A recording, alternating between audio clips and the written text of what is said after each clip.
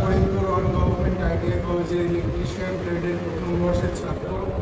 আজকে আমাদের স্যার একটি প্র্যাকটিক্যাল করালো, যেটা একটি আমরা রিও স্ট্যান্ড দিয়েছি আর একটা লোড নিয়েছি।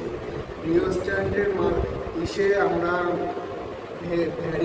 ভ্যারি করে আমরা কারেন্টের ফ্লো বাড়াচ্ছি এবং কমাচ্ছি, যার মাধ্যমে আমরা বুঝতে পারছি যে এখানে রেজিস্ট্যান্স বাড়ছে এবং কমছে।